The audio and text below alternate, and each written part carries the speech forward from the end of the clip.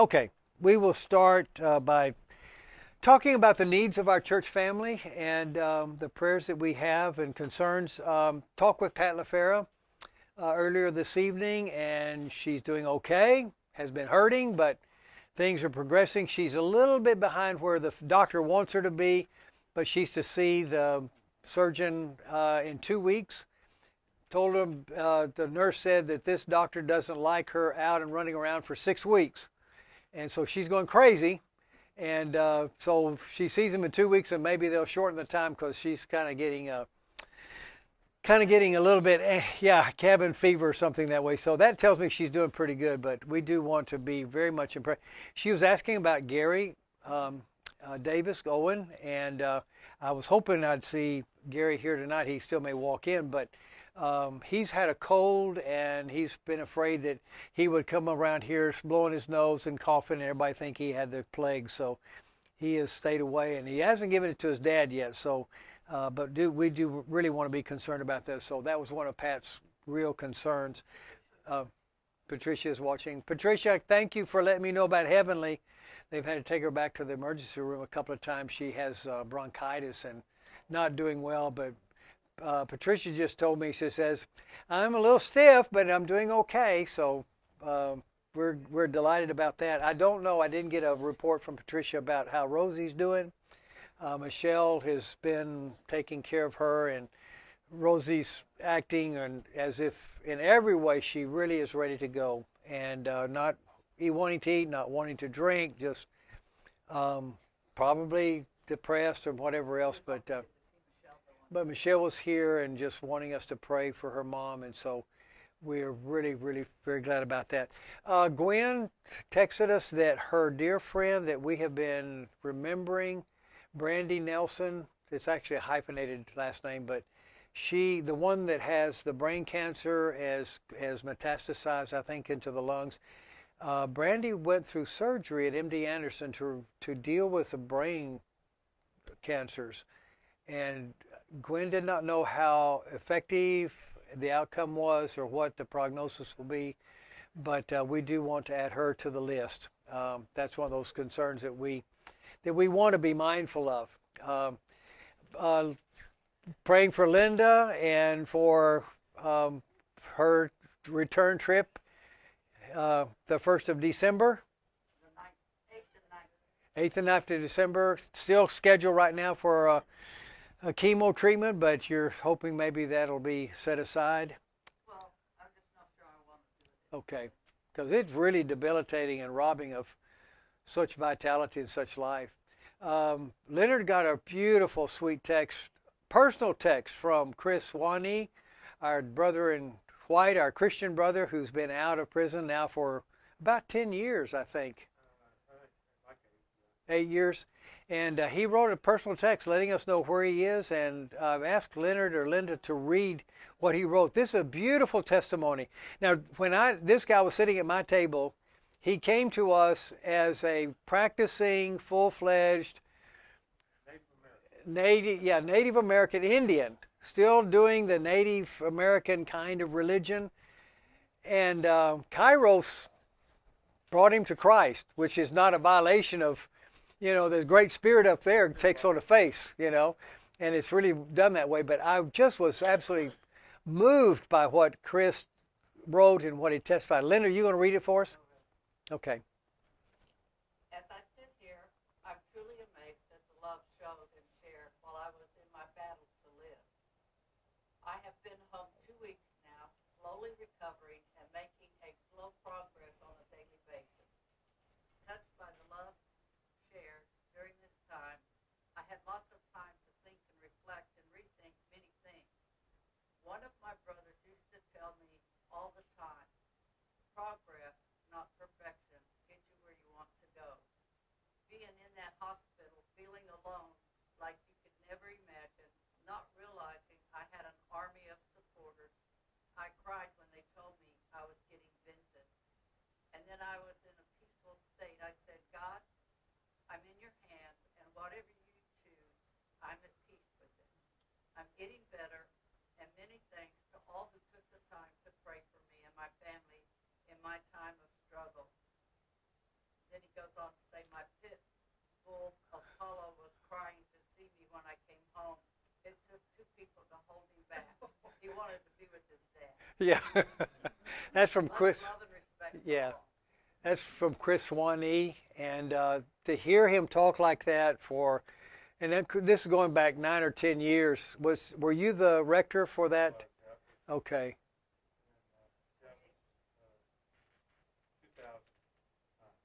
2009? Okay.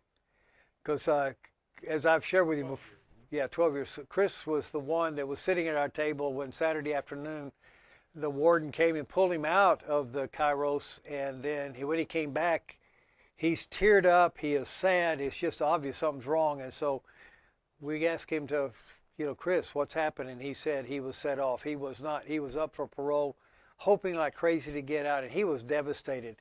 And to watch those men in white surround him, and we prayed for him, took him to the chapel, and I don't know when conversion or when his encounter with Christ happened. A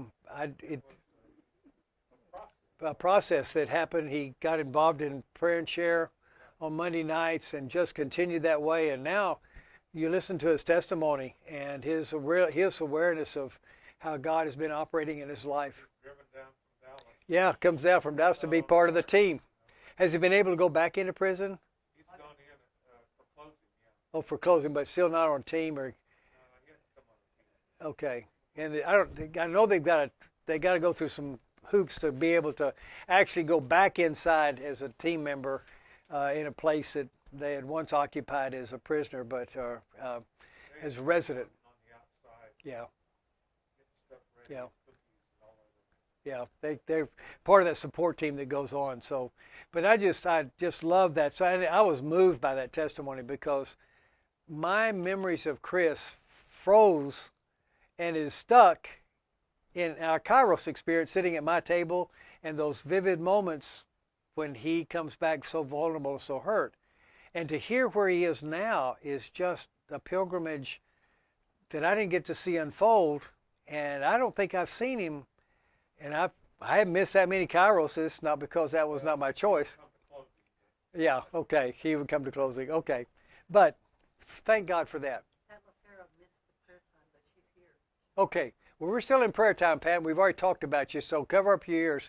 We're not going to repeat that, okay? Kimberly says she's got you on her big screen. Big screen. Oh, my goodness. Well, that'll kill all the roaches. So, Karen, just keep it going, okay? Talk with Jake Valdez, who he finally had his gallbladder removed. He's hurting, but tonight I asked him, he says, is it the same pain? He's been in severe pain now for 3 weeks. Oh, hi, Shell. Michelle Calvert Dunn. She's in Cleveland, so she's on a different time zone, so it'll probably freeze her out before we're done for that. But anyway, Jake has had surgery Monday. His pain is still there, but it's a different kind, the kind of pain that happens, I think, post-surgery. And my prayer is that he will begin to be able to eat and feel alive again. He was purposing coming to church Sunday because part of my visit with him was, I've really walked away from God, and boy, this has made me realize I need to be back in relationship and fellowship. So that's Becky Pena's brother. So we do want to be praying for Jake and hoping that God will continue to bring healing to him.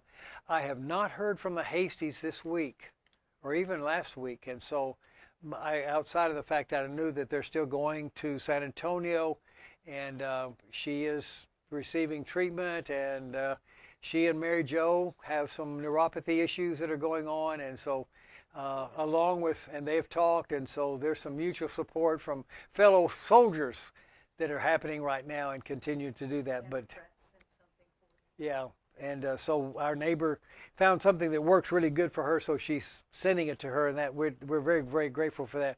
Haven't heard from George this week. He's up in New Jersey, went into Pennsylvania and Philadelphia, so he can have his favorite cheesesteak and get it all over him and take care of his mother's needs and issues. And so I'm just praying that George and his brother are doing well, and are fulfilling that task that was there.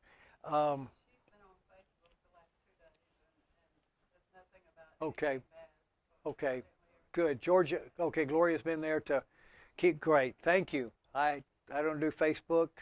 It does me sometimes, but I just stay away from that. Mike, So hurting?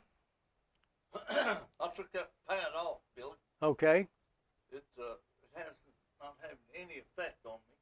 not helping, not no positive effect. No, it's not having any positive effect. Okay, so taking it off doesn't have any negative effect either. Now, Mike did get shot, but not with a 22, but with a cortisone in both It shoulders. shot me in the back too as I was taking off. Oh, but still a little bit of capacity to.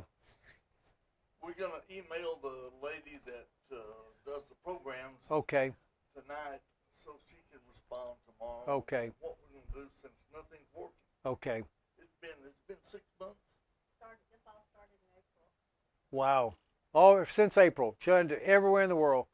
And the sad thing for me was that the demo pack worked beautifully. The trial worked great. Yeah. They put that on. They hooked me up. Then Stand up. I stood up and just, of course, I used my walker, but I just walked from here to you with no pain. pain. Wow. And then they make you buy your own set, and it doesn't work worth a hoot. Built-in obsolescence is what it's called. Twice they built twice. Unless they sold me a second hand. Yeah, it's got to be a second hand. You go to the wrong junkyard for your stuff, Mike. Do pray for you, and so good to see Jim around. That is so sweet on Sundays to know that he's here. So, yeah. But Mike, praying for you, for Connie Hockley, for Trina, for Dana Pittman, Ronnie, and Debbie's good friend. Debbie's doing okay. She went to the doctor, found there was no tear in her retina. Told her to take it easy, but her eyes were dilated, so she couldn't make it tonight.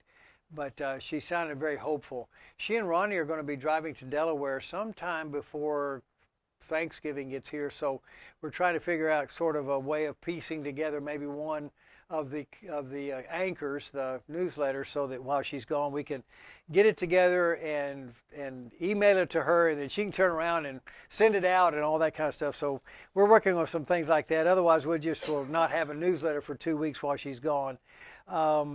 Michelle, who's here.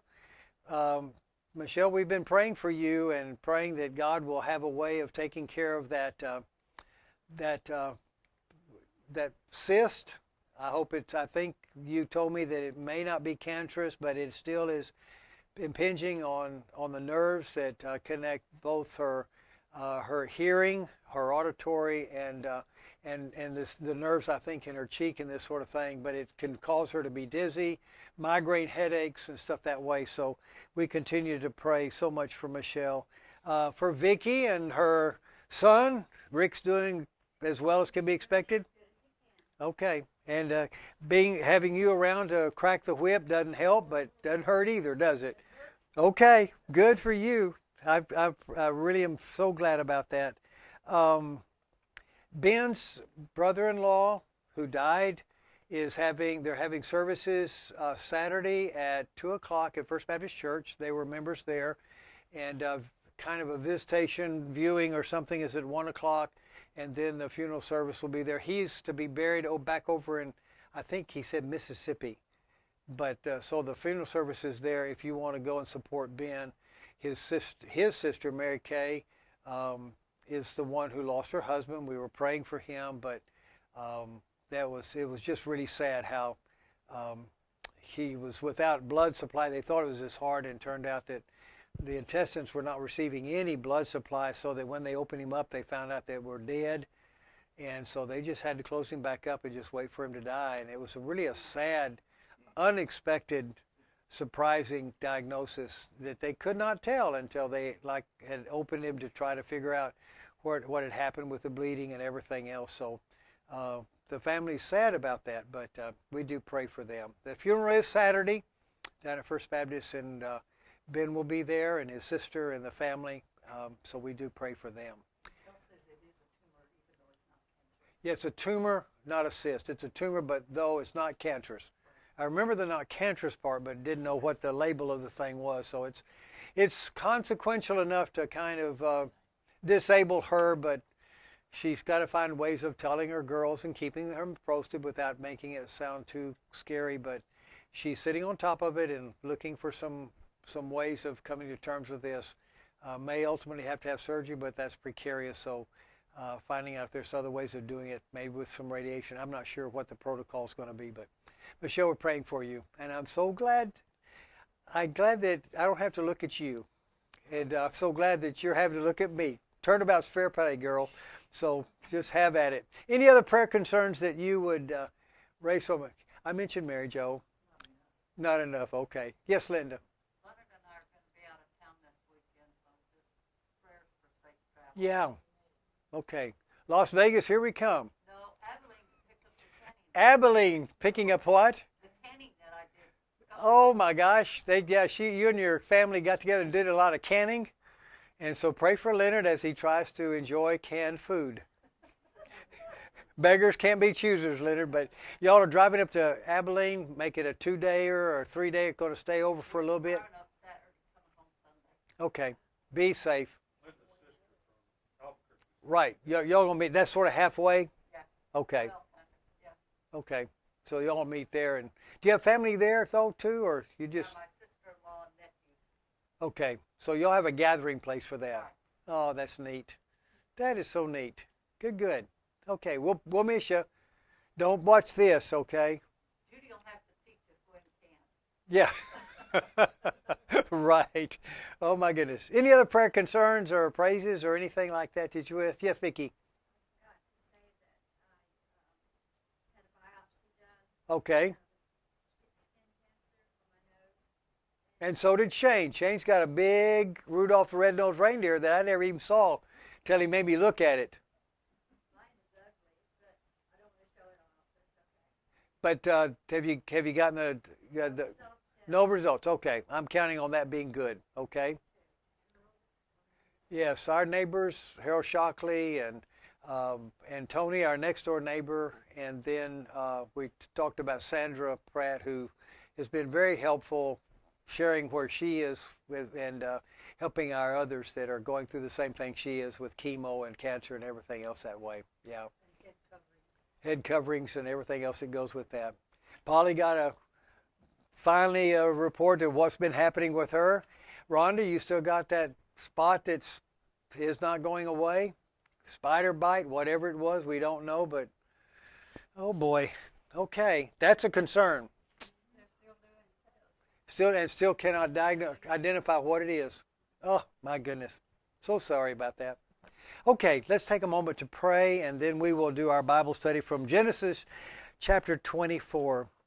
God, we've been mentioning people and situations, and every time a name comes up, I am flooded with memories and moments of encounter where I have been blessed by their lives and filled with their presence and touched by the grace that pours through their lives. And right now we are mindful of them because of the difficulties that they are facing.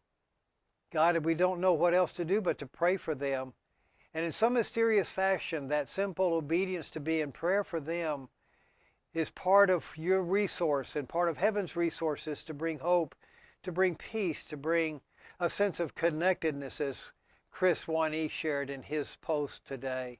God, thank you for the chance to be part of the incredible community of faith, the family that is known as the body of Christ in whatever form it takes and wherever it plants itself and however it convenes. We're part of that incredible, enormous movement, a leaven, a light, a salt to a very tasteless world. Thanks for hearing our prayers and make happen what we pray will happen for these lives that we're remembering and giving you thanks for. Be with each of them in their grieving, in their healing, in their hopes and their celebrations. Fill them with your grace as only you can. For we give them to you in the name of the great physician, Jesus. Amen. Now, the book of Genesis, chapter 24, we continue the saga of Isaac and a wife that we met last week very briefly at a deep cistern where she volunteers not only to offer Abraham's servant, probably Eliezer, he's never mentioned in this saga, but he is mentioned several chapters before, and he's the chief steward of Abraham's estate, and so he seems to be the only servant that is ever mentioned. And again, the way that Abraham treats him, telling him that he is to fulfill, and with an oath, exactly what he wants to have happen for Isaac.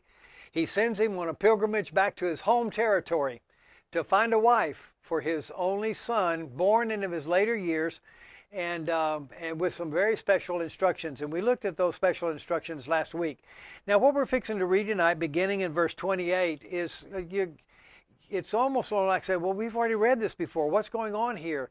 But we know that the literature of ancient man, they did not have visual arts. They did not have special effects. They did not have three-dimensional videography. They did not have stereo surround sound. They didn't have anything but the sound of a person's voice telling a story. It's one of the arts that, as I grow past 39, I am keenly aware of elderly people, which means my age or Leonard's age and worse, who have a special charm about the way they tell stories.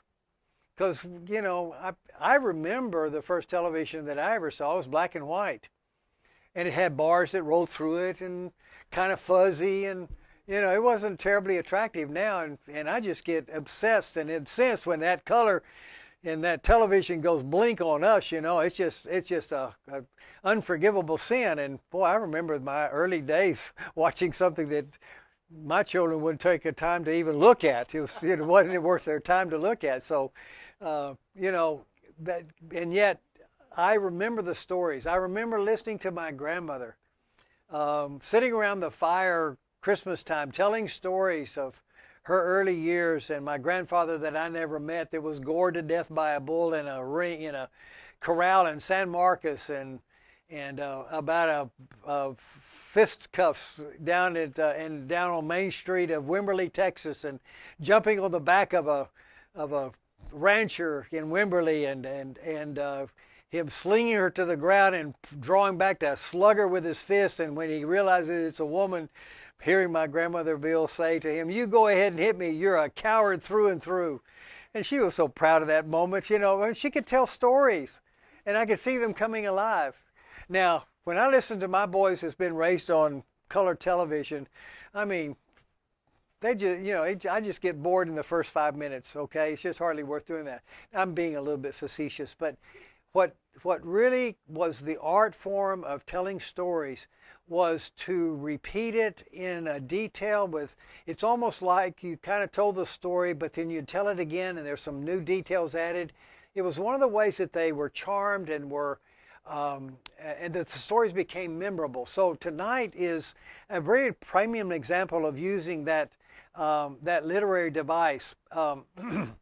It enriches the narrative, and it demonstrates really a sophistication of an art form that was quite considerable in the early literature that we've been able to uncover, the Babylonian Gilgamesh epic and some other stories that have been recovered by archaeologists, and they tell the stories the same way, and they're repeated, and it's almost like, you know, we heard it the first time, why are you repeating it again? And my boys tell me that too, along with my wife. We've heard that illustration 100 times, Billy. You start in on it, we know exactly where it's going and where it's going to end. So my apologies for that. I'm very limited in terms of my life resources. It's one of the cursed calamities of being a pastor. Nobody around me is human or authentic. You know I'm lying to you. I can see nothing but sinners in front of me. So, beginning in the 28th verse of the chapter of 24 Genesis, I began reading, and let me change my glasses so I know what I'm reading. Then the maiden, and that's Rebecca, that Eliezer has just met, she hightails it. Once she's fed him, given Eliezer a good drink of water from this deep well, and has probably spent an hour going up and down these stairs into that deep cistern and bringing up water and pouring into the trough. So his 10 camels, and camels don't just drink a couple of teacups full. Camels drink gallons and gallons of water, especially if they are near the end of their thirst quenching. They may not have been, but they really do go after water.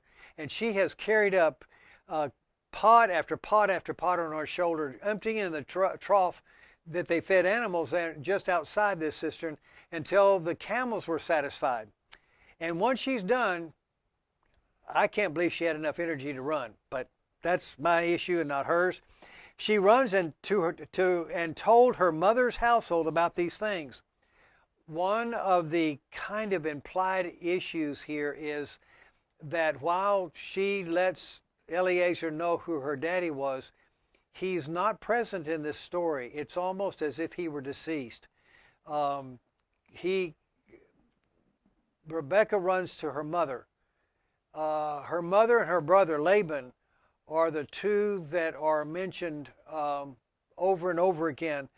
Bethuel is the daddy, but her mother and Laban, her brother, are the two figures that are most demonstrably present as this story works itself out. And so she runs to her mother's household and tells her everything's been going on. I mean, she can't wait to tell what just happened to her out at the well just outside of town. Rebekah had a brother whose name was Laban. And Laban ran out to the man, to the spring. And the reason why he ran out there was he saw the ring. Remember, Eliezer gave to Rebekah a nose ring and some gold bracelets, and they weighed a lot. So, okay, this wasn't Walmart stuff. Okay, this was I don't know what's a good jeweler. I don't know what a good jeweler. Jared's, okay. Did he go to Jared's? Okay. Where's that? Yeah, Rochelle's new ring. Okay. Or maybe to one of the carnival things that's got those little monkeys that you. Well, anyway, he sees the incredible, and you get a feeling. Really, Laban's behavior is classic of a Near Eastern kind of guy who sees a gold digger at work. I mean, he's going to go out there and not going to let this guy get away. I mean, if he's got this kind of dough to spread around, he's going to follow up on his sister's or cousin sister's story and say, this guy's not getting out of town. He's going to stay with us. Who knows what we can get out of him. So once he sees the ring and the bracelets on his sister's arms, he runs out. And especially when he hears what Rebekah said, that this is what the guy told to me. He went to the man, and behold, he found Eliezer. I'm going to go ahead and assign him the name Eliezer because, again, according to the stories that we've had over the last 4 or 5 or 10 chapters, that's the only man that shows up in Abraham's field of servants and people responsible to him. He runs out and he finds Eliezer standing by the camels at that cistern, at that spring. And he says to him, "Come on, O blessed of the Lord." And again, I point out to you that the word Lord is all capital letters, which would indicate that is the tetragrammaton, the 4 consonants in the Hebrew Bible that are not pointed, do not have vowels around them. We don't know how to say God's name. It was revealed to Moses at the burning bush. And notice that this is happening probably 1,000 years or 800 years before Moses ever shows up at the burning bush. So when they're telling the story, they're pirating the name that was revealed at the burning bush back into the ancient story of the great-great-great-great-grandpapa Abraham's story. That Laban simply says, "Come on, O blessed of the Lord. Why are you standing outside? Because I have prepared the house and a place for the camels." So Eliezer came into the house, and Laban himself ungirded the camels, gave them straw and provender for the camels. He even offered water to wash Eliezer's feet and the feet of the men who had accompanied him from way down south of Judea, in the area of Beersheba, which is south of Palestine, in the northern desert area that particular place. And the food is when they had finished the feed of the men who were with him, he set food before him to eat. But Eliezer immediately said, I'm not going to eat until I've told my story. The title of tonight's Bible study is First Things First. And I have a couple of comments at the end of the Bible study about why in the world has he put off eating. He's probably been, I tend to can eat with my mouth full. I'm not sure that I need to postpone eating in order to get the next story out of my mouth. I've been known to talk and tell the story right in the middle of chowing down. But he says, I'm not going to eat until I've told about why I have been sent here. And so Laban says, okay, tell the story. So Eliezer said, I am Abraham's servant. The Lord has greatly blessed my master. And of course Laban says, boy, do we know. Look at that nose ring in my sister's nose, and look at the bracelets on her arm. You better believe you're blessed. There's no way you're going to hawk your house to buy that. That he has been blessed, he has become great. And now remember, this is Abraham's family. These are cousins and uncles and brothers, and this is where Abraham had left some years before to follow God out of Ur of the Chaldees and to journey to a land that he knew not of until God got him there. He has given him flocks and herds, silver and gold, men servants, maidservants, camels and asses. And that seems to be a pretty good listing of bounty. We would not be terribly proud about how many donkeys we owned or how many camels we had or how many servants we had around the house. We tend to measure our wealth in terms of portfolios and stock certificates and things like that. But in their day and time, this indicated a man of substantial means to have all of this at his beck and call. And Sarah, my master's wife, bore a son to my master when she was old. And to him he has given all that he has. In other words, he's got one boy. And this boy, you think Abraham's got it made? Everything that Abraham has, this boy's got. Now, Eliezer's kind of padding the story because he needs Rebekah. He doesn't want to hang around there forever. He needs to be successful. He needs to fulfill what the promise that Abraham made him promise him. And he's really letting this family know that I'm not inviting or trying to find a wife for a man that's really trying to scrape together and working from a 9-to-5 job and barely has enough food to put on the table. I'm telling you, I brought you an example of a young man who's made in the shade with Kool-Aid, and he's got it. She's going to live well if she comes and is a part of his family. And so he says that Sarah bore my son of my master's when she was. To him he has given all he has. My master made me swear, saying, you will not take a wife for my son from the daughters of the Canaanites. In other words, you can't have a neighbor's wife. You can't find a wife among this culture that we're living there in Canaan. But you will go to my father's house, which is where they are, to my kindred, and you're there to find among my kinfolk a wife for my son. Now, honestly, we would have a little difficulty because we really don't believe you should be marrying cousins. But we've already had an instance where, Abraham married his almost sister, according to their story. So at least half-sister. So it wasn't until the law of Moses that they began to create some separation in terms of how close you could be related to somebody before you marry them. They weren't terribly obedient to that at certain points in Israel's history, but anyway, Abraham wants a son for Isaac that comes from, again, his family. And so I said to my master, this is verse 39, perhaps the woman won't follow me. There's a good chance I'm going to find her, but she didn't want to come back with me. But he said to me, the Lord, before whom I walk, will send his angel with you and prosper your way. And you will take a wife for my son from my kindred and from my father's house. Now, what he's doing now is not only has he demonstrated how wealthy Isaac is, but he's pulling the God card on him. I don't know that you've ever had the God card pulled on you. Um, that's happened to me a lot. I know God's will in this matter. I know what God wants for you. I'm gonna pull the God card on you, and I'm gonna I'm gonna guilt you.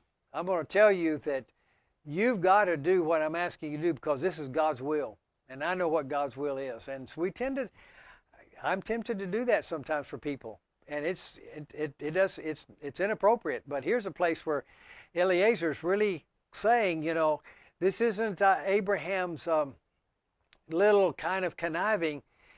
Abraham is sending with me the angel of his God, and to prosper my way, to my way, and you will take a wife for my son from my kindred and from my father's house. Then you will be free from my oath. And you remember the oath he made him swear. You won't find a Canaanite woman. You will never take Isaac back to my homeland. It's up to you to find a wife and bring her here. And it's interesting that in the Hebrew language, the word that is translated oath here is actually the Hebrew word for curse. It's a kind of oath that if you don't fulfill it, it's going to kill you. All right? That's kind of that. Oath and curse are sort of the two sides of the same coin. You obey the command, otherwise it's going to cost you. And so he says that then you will be free from my oath when you come to my kindred, and if they will not give her to you, you will be free from my curse or from my oath. If they reject, then you don't have to worry about. It's not going to cost you. I will set you free from the promise that I made you to promise as you placed your hand under my thigh, as he made that do. Because again, we suspicion that gesture had to do with fecundity of life and the prosperity of children, and it had something to do that Eliezer, who stood, if we are right that this servant is Eliezer, if Isaac doesn't have children, Eliezer becomes the inheritor of Abraham's promise, and it will be through him that God will fulfill the promise that the nation will be built. And so Abraham's quite desperate to get a bride for Isaac, because God has promised that it will be his seed, not Eliezer's, but his seed, through which they will prosper, and that God will find a way of benefiting and blessing the world through his seed, and they will be multiplied as the sands on the sea or the stars in the sky. The interesting, and we're going to stop the story there. We'll pick it up next week. It's what happens, because it's really cute what's going to happen, because I don't know how difficult it was for Rebecca to live with her mom, but she was ready to go. And I take that as a very wise woman. Actually, somebody who liked the nose and her ring nose, and probably liked the weight of the bracelets on her, on her wrist or whatever it is. Psychologically, I go back to now that the title of this Bible study, First Things First. Getting the message out before eating is oftentimes typically a human experience. I cannot tell you how frustrating I am sometimes when Judy's got a dinner ready and we're ready to sit down and eat, but somebody's got a story to tell. And I can't even say a prayer for the meal until that story's been told, And oftentimes it's grandkids or somebody that has to do something. Sometimes it's me that's got to tell the story of what happened to me today before we can take time to eat. Sometimes emotionally, psychologically, Eliezer's been carrying around this story that he carries in from Beersheba all the way through a 1-month journey till he finds the land of Ur and Abraham's kinfolks, and he is there. I've got to tell you the story. I can't eat until I get this out of me. So it could have that kind of psychological thing. For me also, though, the Bible is filled with stories that are there not just because they're interesting, but because they capture something of the heart of the people who repeated those stories. You cannot not tell your story. The Jews could not tell their story. They remembered the stories that said something about what they found to be valid about what God was doing in their life. And for me, one of the beautiful things about this story theologically is that this story reminds them that to some sense, this is their own stories. I kind of shared with you Sunday that the story of Lazarus and the rich man is every believer's story. that we are impoverished until God touches us and blesses us, that we are the ones who find ourselves on the wrong side of the fence. We're the ones who are desperately needing that incredible embrace of Abraham and the wings of angels to carry us and to entomb us in the love of God. In this particular story, it is a search of God for his bride, a God who searches for his people, a God who is restless until he finds the right people for himself. And it's almost like by telling that story, we are reminded that this is our story, that at the foundation of who we are as God's people, he came looking for us. He came bribing us. He came offering us things that we could not find any other place in our life or in our schemes or in our business acumen.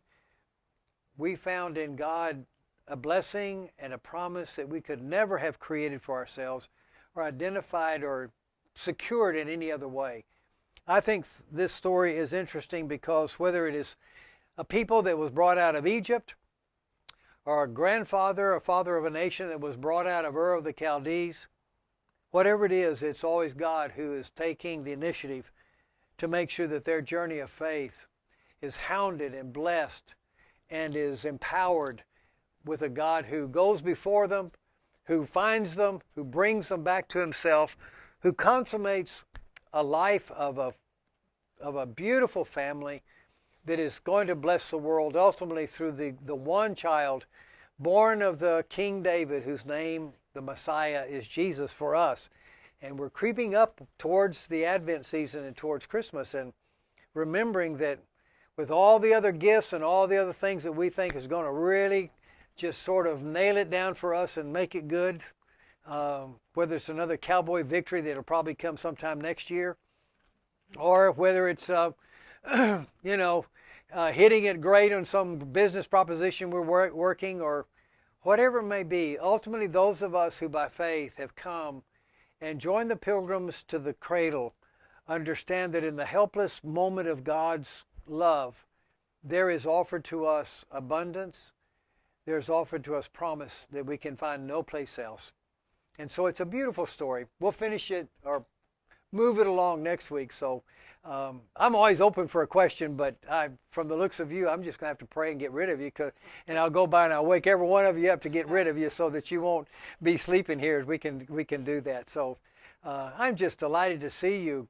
And again, I'll remind you, 6 o'clock, Ben is here and some others are gathering, bringing their peanut butter and jelly sandwich, Joanne, and a little applesauce on the side. And you put all that together? Ah, okay. No, I ate the peanut butter and jelly sandwich, and then the applesauce Is a dessert? separate. I know it's separate. It's her dessert. Okay. Well, I'll eat your chocolate-covered graham crackers, okay, that Rhonda brought. So stay away from my dessert, okay? But that's at 6 o'clock. If you want to come by, just sit in fellowship before Bible study at 7 o'clock. And but we will see you. We will see you there. And Ray will be here Sunday, and I'm not sure what everything's going to be. I don't even know what the sermon is. I've got to choose my text and sermon tomorrow morning first thing so we can get it going. But I'm glad to see you. I will offer a prayer dismissing you into a God who knows right where you are and what you need more than you know what you need. God, be with these people that you have loved and treasured and walked with and embraced and found even when we don't even know you're part of our lives or that you're even around. You never lose sight of us. And it is in the promise of that bright eye glance and eye-piercing vision that accompanies us and walks with us, not as a threat, but as a comforting presence. It is into your presence that I offer these, your children, my brothers and sisters, in the name of our brother Jesus. Amen. Blessings on you. Have fun, and I will see you Sunday, maybe. Maybe.